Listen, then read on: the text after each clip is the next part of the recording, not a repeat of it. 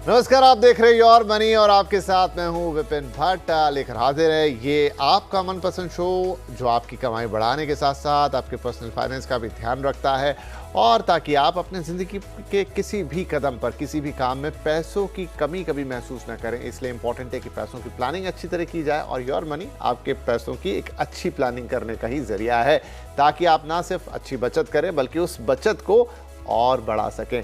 और ये सारी बातें हम करेंगे ही करेंगे ताकि आप अपनी लाइफ के हर गोल को अच्छी तरह पूरा कर पाएं। और आप ये कैसे करेंगे, तो आप हमें अपने सवाल भेजेंगे, उसका जरिया है ये 2-3 चीज़ें जिस पे आप हमें व्हाट्सएप कर सकते हैं 7045220000 पे।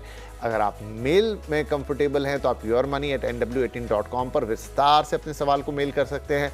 और उसके अलावा एफ यानी कि फेसबुक और एक्स पर हमारा शो लाइव रहता है, तो आप वहां पर भी मैसेज बॉक्स में जाके अपने सवाल हमें भेज सकते हैं। कोशिश होगी कि हम एट हैंड ही अपने एक्सपर्ट से उनके जवाब ले लें, लेकिन कुछ सवालों को थोड़ी डिटेलिंग लगती है, थोड़ा सा उसमें रिसर्च लगती है, तो वो सवालों के जवाब 1-2 दिन का वक्त दीजिएगा, लेकिन हम आपको ज़रूर देंगे। तो चलिए, ये तो हो गया कि आप हमसे संपर्क कैसे करेंगे। अब आज के कार्यक्रम की शुरुआत करते हैं, और आज हमारे साथ कार्यक्रम में शामिल हो रहे हैं क्रेडेंस वेल्थ के फाउंडर और CEO कीर्तन शाह साहब, जिनसे हम बातचीत करेंगे और आपके फाइनेंस प्रॉब्लम को सुलझाएंगे। कीर्तन भाई, बहुत बहुत स्वागत है आपका योर मनी में।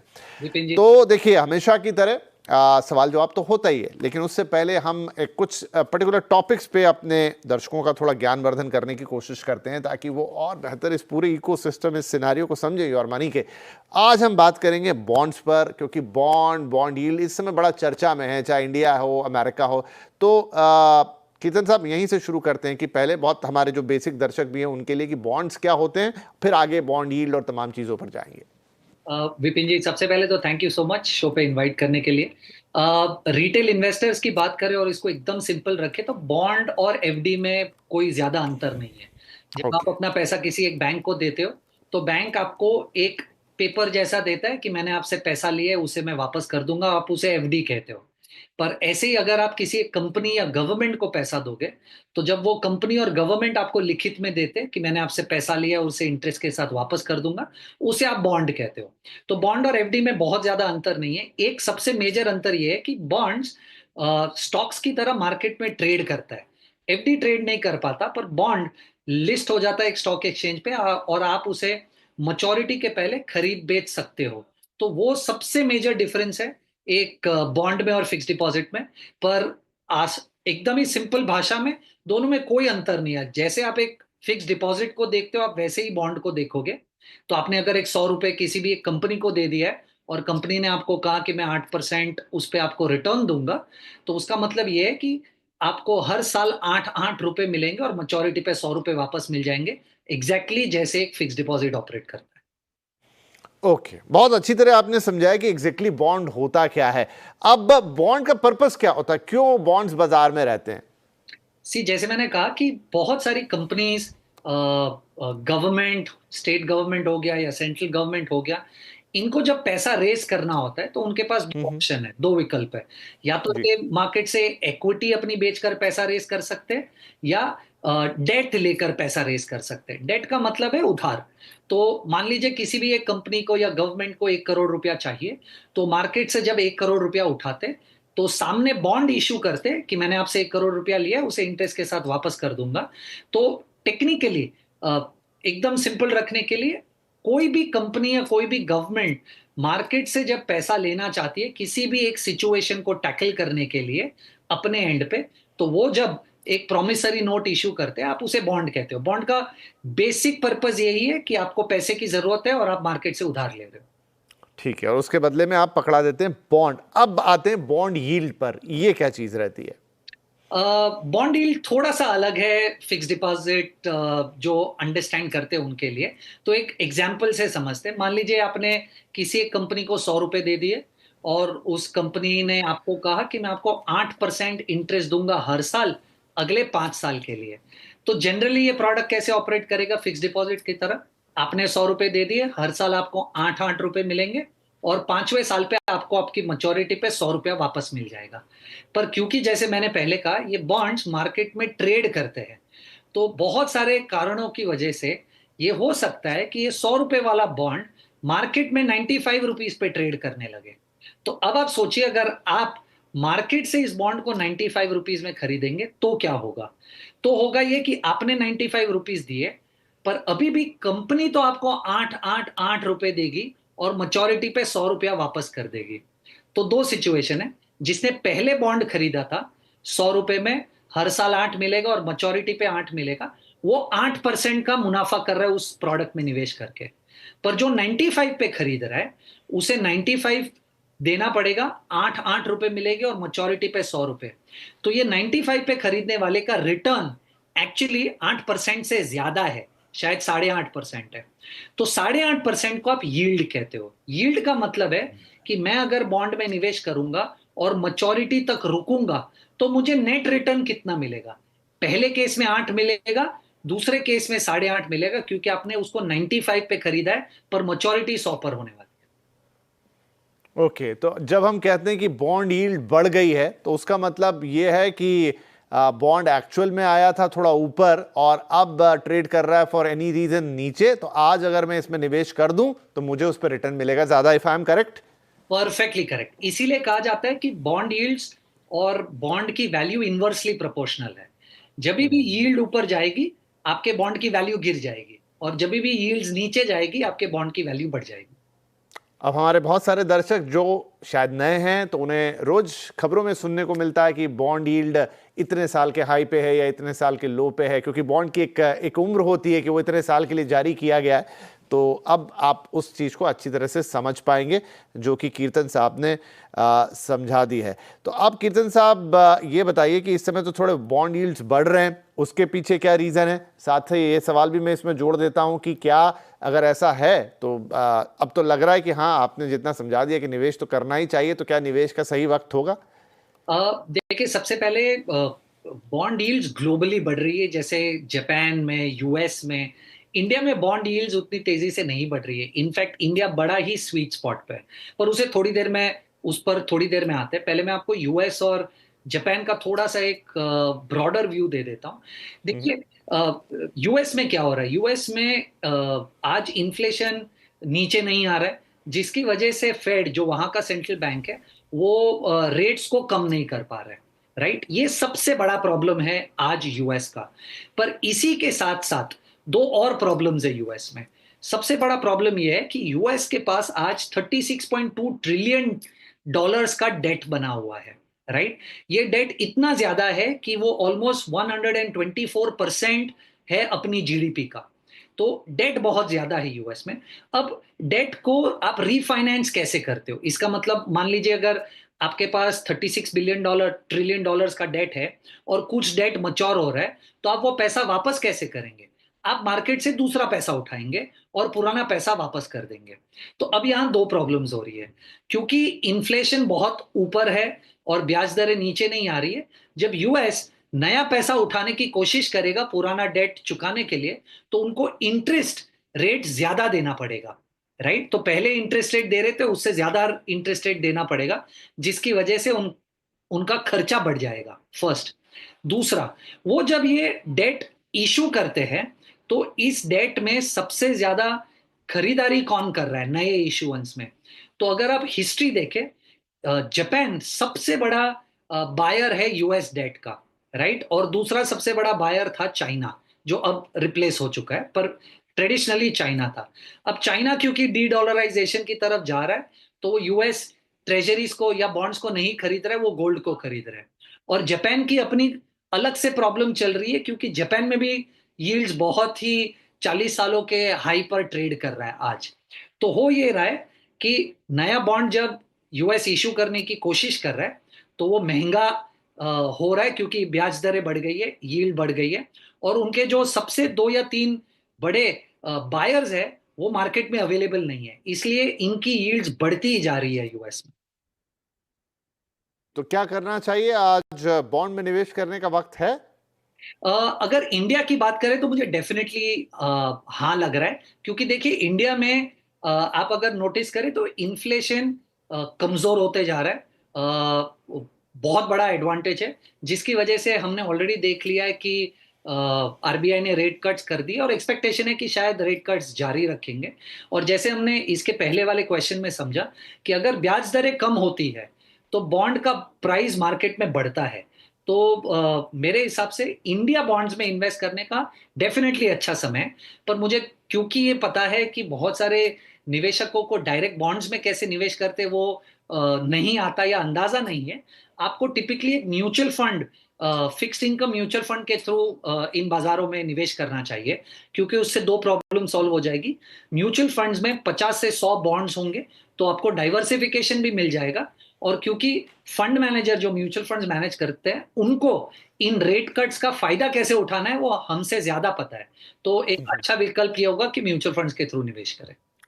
राइट, तो bonds and bond yield is a complicated topic, extremely complicated topic, उसके पूरे सिस्टम को समझना, उसकी पूरी जर्नी को समझना। बट कीर्तन साहब, आपने जिस आसानी के साथ ये दर्शकों को बताया, समझाया, आई होप कि बहुत सारे दर्शक आज जो भी ये कार्यक्रम देख रहे हैं उनको बॉन्ड का फंडा, बॉन्ड यील्ड का फंडा, किस तरीके से उन पर अलग अलग तरीके में अलग अलग इकोनॉमिक सिचुएशन में इम्पैक्ट आता है, इंटरेस्ट रेट उन पर किस तरीके से इम्पैक्ट करते हैं, ये सारी चीज़ें आज बहुत अच्छी तरह से समझ में आ गई होगी। बॉन्ड में निवेश करना अपने आप में एक अलग बात है, वो आपने एक रास्ता सुझा ही दिया, लेकिन फिर भी उस चीज़ को समझना is a different thing. And ये एनलाइटमेंट आज हमारे दर्शकों को जरूर मिला होगा। So thank you very much for this thing. Now we are coming to the questions. अब हमारे पहले कॉलर है मिस्टर दीपक सिंह फ्रॉम मुंबई, उम्र 26 साल।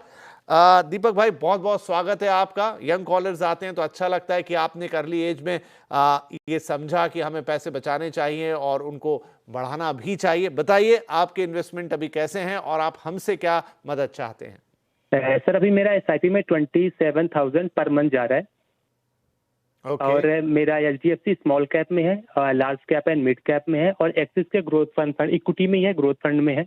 तो मुझे 2 करोड़ रुपए चाहिए 10 ईयर में। तो मुझे कितना स्टेप करना चाहिए एसआईपी को हर पर ईयर, जो मैं 2 करोड़ रुपए 2 करोड़ रुपए 10 साल में आपको क्यों चाहिए? सर, अचीव सर एक टारगेट बनाया है कि मैं एसडब्ल्यूपी करूं तो मुझे 1-1.5 लाख रुपए मंथली पेंशन या सैलरी के जो भी आप समझे वो आ सके मुझे। अच्छा, चलिए, बहुत दूर का सोचा आपने। अभी जस्ट अपना कैरियर आई थिंक स्टार्ट ही किया होगा, 26 साल के आप हैं, लेकिन आप अभी से रिटायरमेंट का प्लानिंग करना चाहते हैं, विच इज गुड थिंग।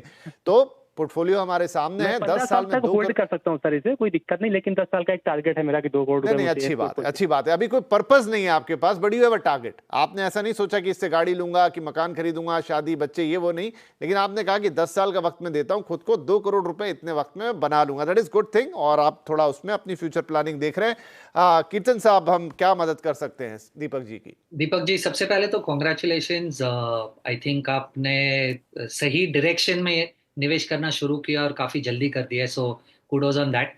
अब 2-3 चीजें आपको बताना चाहूंगा। सबसे पहले तो शायद आपको बहुत मेहनत करनी पड़ेगी उस नंबर को पहुंचने के लिए, वर्सेस आप आज जहां है। अभी मैं क्यों कह रहा हूं, आज आपके पास 3 लाख रुपया इकट्ठा हो चुका है, और अगर आप 27,000 रुपए की एसआईपी कर रहे हैं और अगले 10 साल का समय हम ले रहे हैं, और अगर मैं अज्यूम करूं कि आपको आपके इन्वेस्टमेंट्स पे 12% तक का रिटर्न छूट जाएगा, तो आपका ये पैसा सिर्फ 70 लाख रुपीस तक बनेगा, राइट। तो ये बात तो तय है कि आज आप जितना पैसा निवेश कर रहे हो उससे आप अपने लक्ष्य तक शायद नहीं पहुंच पाओगे। अब दूसरा रास्ता ये है कि या तो आप इमीडिएटली अपनी एसआईपी को 85,000 रुपीस कर दे, राइट। जो पॉसिबल ना हो तो आपको स्टेप अप करना पड़ेगा। स्टेप अप भी थोड़ा सा स्टीप है, आपको हर साल 30% से स्टेप अप करना पड़ेगा। तो यानी आज आपका जो 27,000 रुपए के एसआईपी है उसको अगले साल आपको 30% से बढ़ाना पड़ेगा, फिर 30% से बढ़ाना पड़ेगा। अगर आप ऐसे करेंगे तब जाकर आप अपना 2 करोड़ का लक्ष्य 10 साल में पूरा कर पाएंगे। थोड़ा सा आप कर रहे हो उससे थोड़ा सा स्टीप है, पर क्योंकि आपका लक्ष्य 2 करोड़ का है तो 2 करोड़ करने के लिए आपको इन नंबर्स को ध्यान में रखना पड़ेगा। और आपने 3 फंड्स में निवेश किया है, जो बहुत अच्छी बात है। ओवर डाइवर्सिफिकेशन नहीं है आपके फंड में, पर अगर मैं सलाह देना चाहूं तो मुझे ऐसा लग रहा है कि आप अपने पोर्टफोलियो में एसबीआई स्मॉल कैप जो है उसे होल्ड कीजिए, पर पराग पारेख फ्लेक्सी कैप और कोटक इमर्जिंग, ये 2 फंड्स को ऐड कर दीजिए। राइट, तो दीपक जी, आपके लिए सलाह हो गई, स्वीट सिंपल सी सलाह, और बाकी सब चीज़ें ठीक हैं। थोड़े बहुत एडिशन सब्सक्रिप्शन बताए हैं कीर्तन साहब ने, करिए। जो इंपॉर्टेंट है कि आपको 30% से स्टेप अप करना पड़ेगा, क्योंकि लक्ष्य बड़ा है। सालाना आपको हर साल 30-30%। तो देखिए कितना हो पाता है। हर बार ज़रूरी नहीं कि आपने जितना बड़ा लक्ष्य बनाया वो उसी अंदाज में पूरा हो, खासतौर पे पैसों के मामले में, लेकिन करते रहिए। हमारी शुभकामनाएं आपके साथ है और आपकी फाइनेंशियल प्लानिंग की जर्नी के लिए हम आपको मुबारकबाद भी देते हैं। चलिए इसी के साथ हम एक छोटा ब्रेक ले लेते हैं यहाँ पर। ब्रेक के बाद कुछ ऐसी और दिलचस्प सवाल होंगे, फाइनेंशियल प्रॉब्लम्स होंगी जिनका हल निकालने की कोशिश करेंगे। उसमें आपके लिए भी बहुत कुछ होगा जानने समझने का। छोटा ब्रेक के बाद तुरंत हाजिर होंगे। वेलकम बैक, आप देख रहे हैं योर मनी और हम दे रहे हैं आपके सवालों के जवाब, साथ में और कुछ फाइनेंशियल प्लानिंग के टिप। हमारे साथ कीर्तन जी बने हुए हैं, तो फटाफट कुछ और सवाल ले लेते हैं। निमेश जी है हमारे साथ बेंगलुरु से। निमेश जी, बहुत स्वागत है आपका योर मनी में। अपना सवाल बताएंगे प्लीज। एसबीआई कॉन्ट्रा में कुछ टोटल मिला के 27 लाख का इन्वेस्टमेंट है। सो उसमें से 24 लाख का 20 लाख का एसबीआई कॉन्ट्रा में है और एसबीआई इंफ्रास्ट्रक्चर में 4.5 लाख रुपीस है और बाकी का है index fund and small cap mid cap index fund में है। सो मुझे अभी ये जानना है कि मेरा गोल है कि 15 करोड़ रुपीस बनाना है इन 15 ईयर्स। सो इसमें क्या मैं होल्ड कर सकता हूँ या एक मिनट सर, मैं आपको रोकूंगा। 15 करोड़ इन 15 ईयर्स और 5 करोड़ इन 15 years? Sir 15 crore in 15 years, but अगर कुछ इसमें चेंज करना है कि अगर मुझे कोई फंड बढ़ाना भी है तो क्या कौन सा फंड लेना चाहिए और ईयरली कुछ इसमें ऐड करना है कुछ परसेंटेज वाइज कि थोड़ा बड़ा हो फंड, तो क्या कौन सा फंड लेना चाहिए? तो ठीक है, क्वेश्चन तो अभी आपका कुल 29 लाख का पोर्टफोलियो है और 4 अलग अलग फंड है जिसमें आपने एक मुश्त पैसे डाले हैं। 50,000 से लेकर 20 लाख रुपए तक वो स्क्रीन पे हैं लगातार। नाउ कीर्तन साहब, 15 साल में 15 करोड़, अब ये कैलकुलेशन तो आपने लगाया होगा, लेकिन मुझे थोड़ा एम्बिशियस लगा कि ये इस निवेश के साथ क्या पूरा होगा कि नहीं, लेकिन वो आप बताएंगे कि कैसे इन्हें आगे जाना है अगर ये लक्ष्य पाना है। निमेश जी, सबसे पहले तो अगर आपके पास तकरीबन 27 लाख रुपए का निवेश आज है और आपको 15 साल में 15 करोड़ चाहिए और मैं अज्यूम करूं कि आपके इन्वेस्टमेंट पर 12% तक का रिटर्न छूट सकता है, तो आपको एडिशनली हर महीना 2,85,000 रुपीज की एडिशनल एसआईपी करनी पड़ेगी। तो अजम्पशन ये है कि आपका 27 लाख जो आज है वो भी ग्रो होगा, प्लस उसके ऊपर आप हर महीना 2,85,000 करेंगे, वो भी ग्रो होगा। तो दोनों मिलाकर आज से 180 महीने में या 15 साल में 12% पे आपको 15 करोड़ रुपए तक पहुंचा देंगे। तो वो आप अभी ये कितना पॉसिबल है नहीं पॉसिबल है वो मुझे आइडिया नहीं है आपके एंड पे, पर मान लीजिए अगर आप एक साथ 2,85,000 रुपीज हर महीना नहीं डाल सकते तो आप स्टेप अप कीजिए, जितना हो सके उतने से एसआईपी सबसे पहले स्टार्ट कीजिए और जैसे ही हर साल आपकी इनकम बढ़ेगी उस एसआईपी को बढ़ाने की कोशिश कीजिएगा, तब जाकर आप अपने लक्ष्य के काफी करीब पहुंच सकते हैं। पर आपके फंड्स पे मेरी एक स्ट्रॉन्ग राय है, क्योंकि आपके पास जो चारों फंड्स है वो चारों फंड एक ही एएमसी के हैं। तो वाइल आपको लगेगा कि आपने 4 अलग अलग फंड्स में निवेश कर रखा है, अलग अलग मार्केट कैप में निवेश कर रखा है, पर मुझे लगता है एएमसी लेवल डाइवर्सिफिकेशन भी उतना ही ज्यादा जरूरी है जितना बाकी सब डाइवर्सिफिकेशन जरूरी है। तो मेरा सजेशन आपसे ये होगा कि आप अपने पोर्टफोलियो में से एसबीआई कॉन्ट्रा और एसबीआई स्मॉल कैप, ये 2 फंड्स को होल्ड कर रखें। दूसरे 2 फंड्स को अगर आप एग्जिट कर दे और उन फंड्स को आप कोटक इमर्जिंग और पीपीएफएस फ्लेक्सी कैप से रिप्लेस करें, तो आपके पास fund level diversification, market cap level diversification और स्टाइल लेवल डाइवर्सिफिकेशन तीनों आ जाएगा। तो ये एक आपके फंड्स पे मेरी सलाह होगी। राइट निमेश जी, तो थोड़ा सा अल्टरेशन करना है अपने पोर्टफोलियो में। साथ में जो इंपॉर्टेंट चीज़ है कि अब आपको हर महीने यहाँ पर ऑलमोस्ट 3 लाख रुपए, 2,80,000 रुपए के आसपास का एसआईपी करना है। अगर एक साथ ना हो पाए तो फिर आप स्टेप अप करके करिए, तो लक्ष्य के करीब से करीब आप पहुंच पाएंगे। और 2 अल्ट्रेशन हैं आपके पोर्टफोलियो में, वो आपको बता दिए यहाँ पर, और वो हैं पराग पारिक फ्लैक्सी कैप और कोटक इमर्जिंग फंड, ये आपको करना है। और एसबीआई इंफ्रा और एसबीआई निफ्टी इंडेक्स फंड, इनसे बाहर आना है। एसबीआई कॉन्ट्रा फंड और SBI Nifty small cap 250 continue करना है। शुभकामनाएं हमारी आपके लिए। फटाफट में अगले सवाल पे चला जाता हूं। अब हमारे साथ हैं मिस्टर वाहिदुल हसन और आप कॉल कर रहे हैं ठाणे महाराष्ट्र से। हसन साहब, बहुत स्वागत है आपका। क्या सवाल पूछेंगे सर? Sir good evening. मेरा सवाल ये है, मेरी 17 लाख की अभी कॉर्पस है और मेरी 5,000 की 6 SIP चल रही हैं, 6 फंड्स मैंने ऑलरेडी शेयर किए हुए हैं। और मेरा मेन ऑब्जेक्टिव है कि मेरा जो पोर्टफोलियो है वो बैलेंस्ड है कि नहीं, दैट इज फर्स्ट क्वेश्चन। और सेकंड क्वेश्चन ये है कि अगर 15 साल की अवधि रखते हैं और मेरा टारगेट है 3 करोड़ का, तो दैट कैन बी पॉसिबल और नॉट। बढ़िया, ठीक है जी। तो अभी 17 लाख का कुल पोर्टफोलियो और 6 अलग अलग फंड, हर फंड में 5-5 हज़ार रुपये। फंड्स के नाम सामने, Invesco, Contra, Parag Parekh, Quant flexi, Nippon India, Canara Robeco, Motilal Oswal, mid cap, ये अलग अलग फंड्स हैं ना। सर, 2 चीज़ें हैं कीर्तन जी, एक तो चाह रहे पोर्टफोलियो रिव्यू कि सही है कि नहीं है, और फिर ये 15 साल में 3 करोड़ रुपए इस निवेश के साथ क्या बना पाएंगे या नहीं। अब सबसे पहले तो मुझे ऐसा लग रहा है कि आपके पास जो 17 लाख रुपए है और आप जो 30,000 रुपए की SIP कर रहे हो, उससे आप अपने लक्ष्य के बहुत करीब पहुंच जाओगे।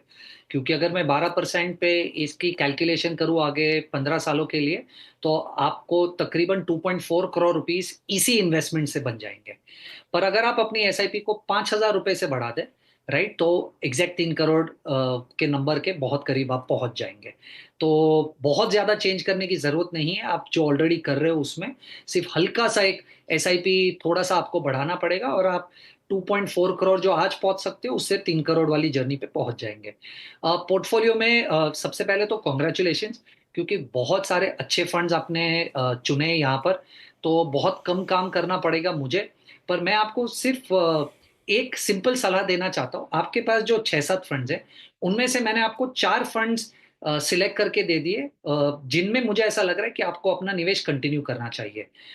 Invesco, Contra, PPFS, flexi, Nippon small और मेराई लार्ज एंड मिड।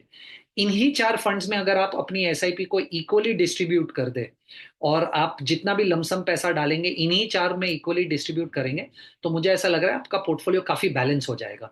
तो आपके पास जो फंड्स थे उन्हीं में से ये 4 मैंने सिलेक्ट किए, क्योंकि ये 4 अच्छे फंड्स हैं और आप इनमें निवेश कंटिन्यू कीजिए।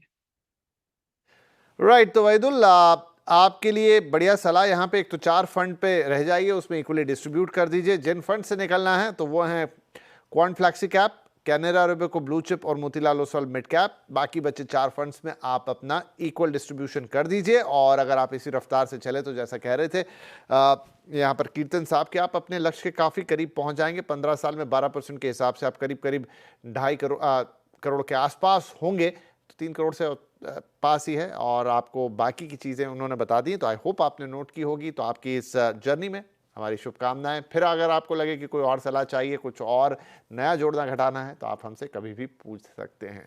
चलिए, फटाफट एक ईमेल है मेरे पास, तो शायद इतना वक्त है कि ले पाएंगे। राहुल जी का है दिल्ली से, ये पूछ रहे हैं कीर्तन जी कि डिविडेंड इनकम पर टैक्स के नियम क्या हैं, क्या डिविडेंड पर TDS कटता है, और म्यूचुअल फंड में डिविडेंड पर टैक्स नियम क्या कहते हैं। जी वही। तो राहुल जी, अगर आप इंडिविजुअल है या एक HUF के माध्यम से आप निवेश कर रहे हैं, तो आपको डिविडेंड पे स्लैब के हिसाब से टैक्स लगा दिया जाएगा। तो आप जिस भी स्लैब में हैं, आपके डिविडेंड को आपकी इनकम में ऐड कर कर स्लैब के हिसाब से आपको टैक्स पे करना पड़ेगा।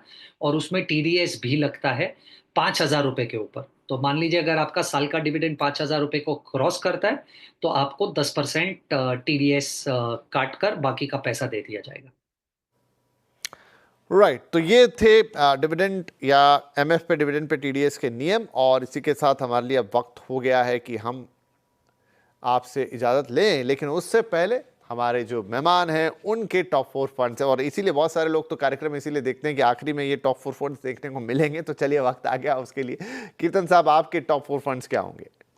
विपिन जी, क्योंकि मैं लार्ज मिड स्मॉल तीनों में निवेश करने में बिलीव करता हूँ, मुझे ऐसा लग रहा है अच्छा एक कॉम्पोजिशन बन सकता है जब आप इक्वली अपना पैसा ICICI वैल्यू डिस्कवरी में, कोटक इक्विटी अपॉर्चुनिटी में, PPFS फ्लेक्सी कैप में और SBI स्मॉल कैप में, ये 4 फंड्स में अगर आप अपना पैसा इक्वली डिस्ट्रीब्यूट करें और 8-10 साल का आपका नजरिया है, तो ये एक काफी अच्छा स्टार्ट हो सकता है। चलिए, तो 4 फंड और कीर्तन शाह साहब की तरफ से आपके लिए शुभकामनाएं भी कि आप अगर सही तरीके से इनमें निवेश करें, अच्छे से डिस्ट्रीब्यूट करें पैसा, तो आपको अच्छे रिटर्न्स बना के देंगे। और इसी के साथ कीर्तन जी, बहुत बहुत धन्यवाद, आपने वक्त निकाला, हमारे दर्शकों के सवालों के जवाब दिए। बॉन्ड्स एंड बॉन्ड यील्ड पर इतना इंटरेस्टिंग टॉपिक उसे बहुत ही सरल तरीके से समझाया। एंड आई होप हमारे दर्शकों को मजा भी आया होगा और उन्हें फायदा भी मिलेगा। सो बहुत बहुत धन्यवाद, और सभी दर्शकों का भी शुक्रिया इस कार्यक्रम में जुड़ने के लिए। कल फिर मुलाकात करेंगे, तब तक के लिए टेक केयर, नमस्कार।